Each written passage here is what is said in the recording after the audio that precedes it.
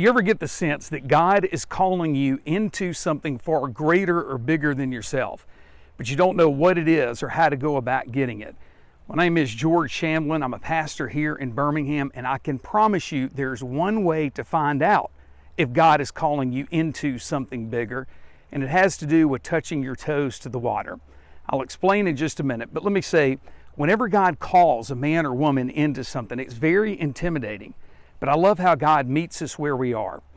In the Old Testament, there's a great story about a man named Joshua. He had a real big call on his life. He was to lead over 1 million Israelites into the Promised Land, and they had to cross the Jordan River. This is kind of insurmountable because it was overflowing. It was actually in the springtime.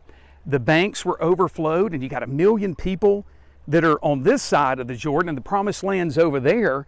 So that's pretty intimidating, but I love this, I love this, I love this. I promise you, one of the neatest things in the Old Testament is something that God alone can do. Just stick with me. God can talk about a future event in the past tense, as if it already happened. God could talk about a future event that hadn't even occurred in the past tense, as if it had. So when he calls Joshua to go into the Promised Land, lead 1 million people across on dry ground through the Jordan River, God says it this way in Joshua chapter 1, verses 2 and 3. He says, Joshua, arise, cross this river into the land that I'm giving you. And every single place where your foot trods, I've already given it to you.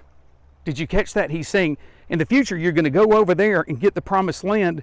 But in a sense, God's saying, don't worry, I've already given to you. It's already done, because God's promises are so sure, they are yes and amen, that every time he makes a promise about something in the future, it's done in his way of doing things.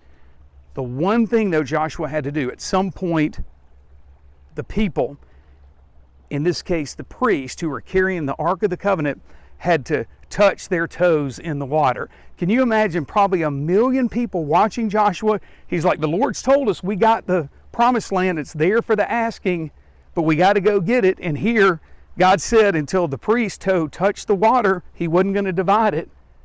All of a sudden, they had to put their toes in the water, and God did exactly what he said.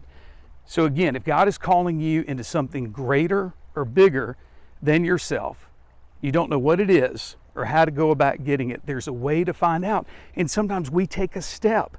We get our toes wet in that direction and say, God, I sense you're leading me this way, and I'm praying. By the way, pray, be in the Word, but at some point we kind of step out in faith and say, God, is this something you would have me to do?